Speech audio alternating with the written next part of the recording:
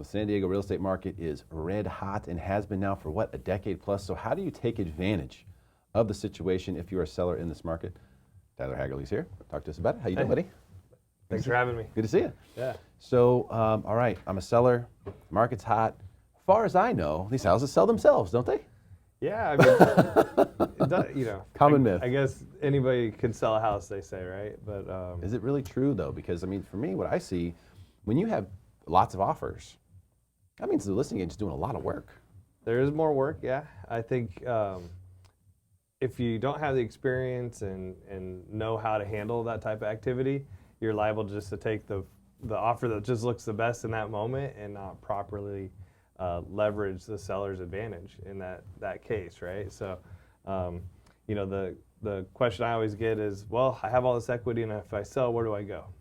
That's everybody's dilemma at this point. And so, helping them figure out how to liquidate that equity is, the process that I definitely have a lot of skills in, because we're doing a lot of, sell by scenarios. Mm-hmm. And it's not always sell by here. It's sell by out of state, or, we are seeing a lot of people, shifting in the county as well. Yeah, a lot of sell buys. And I think that is what is holding up the inventory in the market.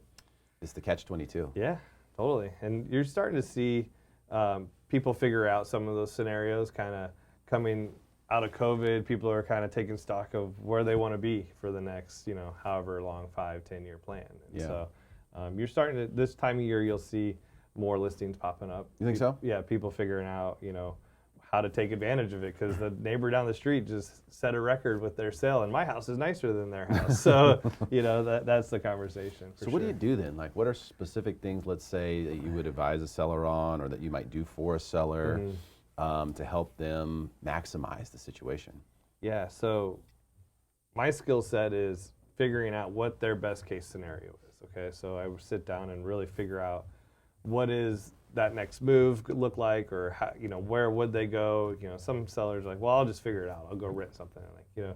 Figure out that process. So when I come into the house and I'm looking at it from a buyer's perspective, because I want to, enhance that buying experience of this home, but also do it within the seller's comfort zone, because they may not be willing to do some of the things that I may suggest. And so getting to know what their capabilities are along with their best case scenario allows me to figure out, what type of, service we provide as far as, getting the house ready. And there's some houses it's very little. You walk in and, man, I could put a sign in the yard tomorrow and start marketing. And some houses takes months, and so that's the skill set. And I've built a team around me to help facilitate getting, whether it's paint, cleaning, all the above. It all, enhances that property, because the houses that are selling $100,000 or, crazy numbers over the list price are the ones where buyers walk in and they see very little that they need to do. Yeah. So it justifies the high price, right? Because I think you see buyers being more aware now. Like I've had a lot of buyers recently who said, well, this is the top we're going to offer, and if someone else wants it for more, they can have it. Yeah. And I've heard that more now than I have in the last couple of years, where buyers just said, you know what, we've figured out where we're at and what we believe the market is worth. But when you get that house that's perfect, that's redone, or that's set up, it's turnkey and dialed in, there's so little inventory to begin with. There's almost none of that inventory.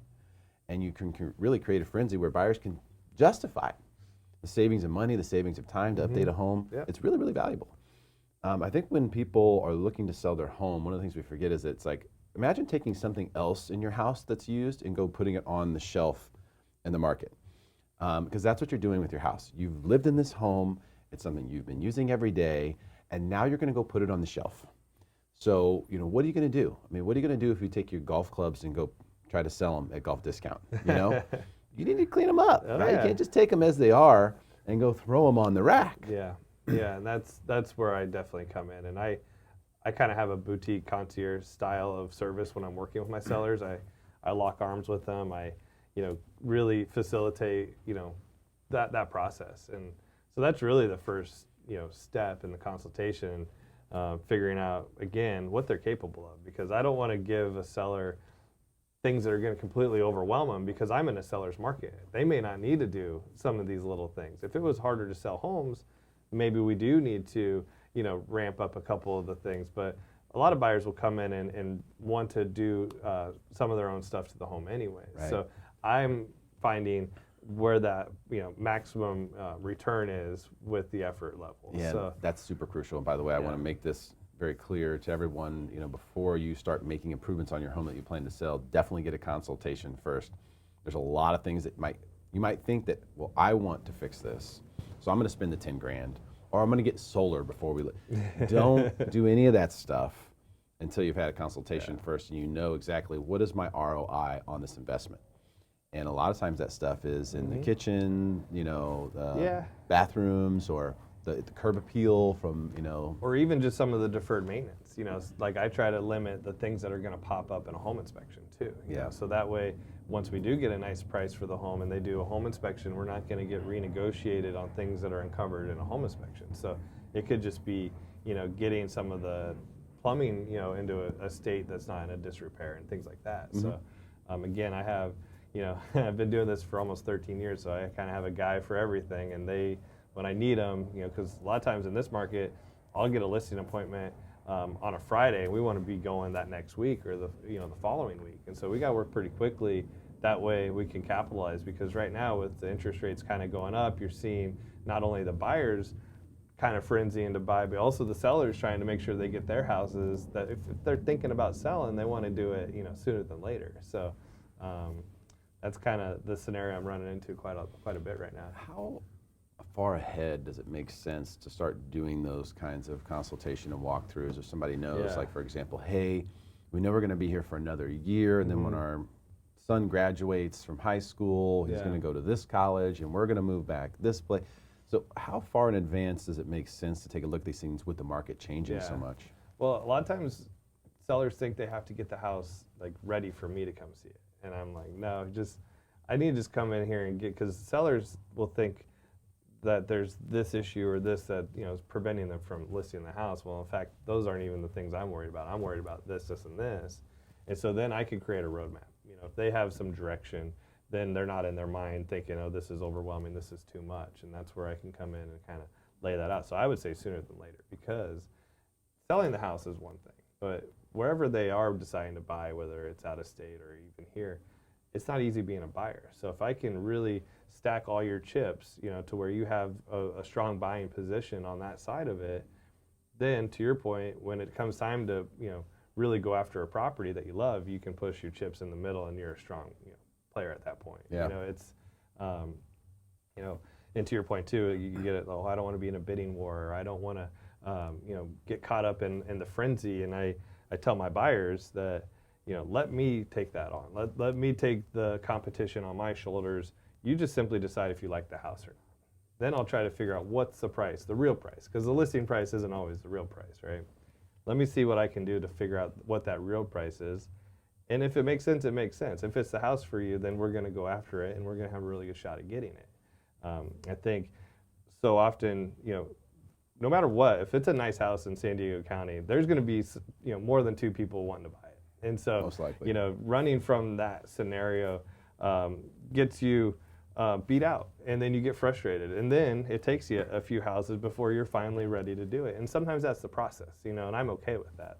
Maybe it takes losing out on a house or two before you understand what that competition feels like. And we try not to limit that, we try not to lose out on too many houses, but the house that you end up getting is always the right house. It's always meant to be. That's real estate. And I think it goes hand in hand, even if you aren't selling a house and you're a buyer, really getting, what I call buying power, stacking those chips, getting the strong approvals, understanding what, that monthly looks like. So if I do show you a house that you're going to have to stretch for, what you're stretching for. You know what that looks like. And so those are my skills that I can definitely help with navigating this hot market. Yeah. So when you are, looking at that timeline, basically sooner the better, because now you have a longer runway to make changes or make adjustments. It gets sellers out of their head, just to say, hey, to your point, before you do some big improvements or go get a solar lease or, do things that may not even bring value to your home, that's where, I can come in. And it's a low pressure situation. It's simply me having a conversation about what the market's doing and what buyers are looking for. isn't it a shame how little solar does for the value of a home?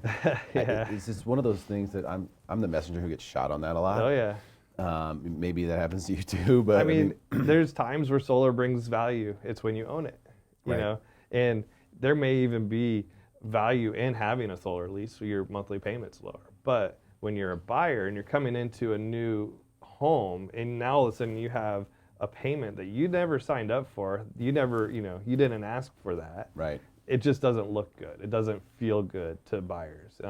Sometimes the solar leases or the power purchase agreements, yeah, you save money, and you didn't have to put money up front to get that, right? Yeah. Like, that's the rub. And so, yeah, I've become quite a solar expert, you know, have to be. and there's a lot of things that, it's funny, this job isn't just about selling houses all the Definitely time. not. What do you think right now, just to go timely for a second, like what's the number one tip for sellers right now as far as like if you could just blanket one thing, one thought, one item, That's a good one. what is the number one thing? Like, hey, don't miss out on this. I do think you need to your point earlier, anybody can sell a house right now. I mean, yeah, that's probably true. But I think getting with someone that really knows how to capitalize on the market. And I think what I've been able to do is, with my experience, because I've sold over 80 houses in the past 24 months. I mean, that's COVID houses, right? Like that. Wow. That's the hot market. And being patient, being somewhat patient through the process to not get too caught up in the frenzy on the seller side is going to maximize your position, because there are options when you sell, and there's a lot of opportunity to maximize that position. It's not always money, it could be seller in possession, stay in the house for 90 days for free. Oh, that's an option. Yeah. Sellers don't really know. I know. And if you don't have an agent that's familiar with writing these contracts to give you that power, or in position, then I think that to me is probably the biggest thing, is knowing how to what's going on in this market. And I know what's going on because last year I helped 31 buyers buy homes. That's quite a few people that we got their offers accepted. So I know what it takes to get offers accepted. I know what good offers look like. And so on the selling side, that creates an advantage for me as well, because I know what buyers are willing to do. Yeah, the seller in possession and the SPRP. I think if if sellers knew that existed, it was just Yeah. a standardized form that, hey, you can accept an offer from someone contingent upon you finding a replacement home and take all the pressure off. Sure. I think if sellers knew about that, I think you'd have a lot more homes on the market. And when we do those, so at that point, normally a seller doesn't have a contingency, right? They don't have a back out if they can't find that house. So we build that into the contract. And 100% of the time, we find that house in a matter of weeks, like maybe even days, because all of a sudden, now that you have your house in position to sell, now you have buying power, Yeah. right? And so the house that pops up in the neighborhood that you love, and you're maybe competing with some other offers, but there's a cost to getting your equity out, right? Maybe you do have to pay a little bit higher to get that house, but now all of a sudden you only have to move once. What's Yeah. the cost of moving twice? There's all these different dynamics that, if you know how to structure contract properly, you can get to that best case scenario for your seller. Tremendous stuff. Tyler, thank you so much for coming in, All man. right, It's great to see yeah, you. I Really could talk appreciate about it. this all day. Yeah, we could. And maybe we should. Maybe you should get a consult with Tyler today. Hey, if you're looking to sell your home, do the right thing. Be smart about it. Be smart. Just because it's a great market doesn't mean it's automatically going to work out perfectly for you. Hiring a good professional is super crucial. Share this video with your friends. Let's help make them smarter than everyone else.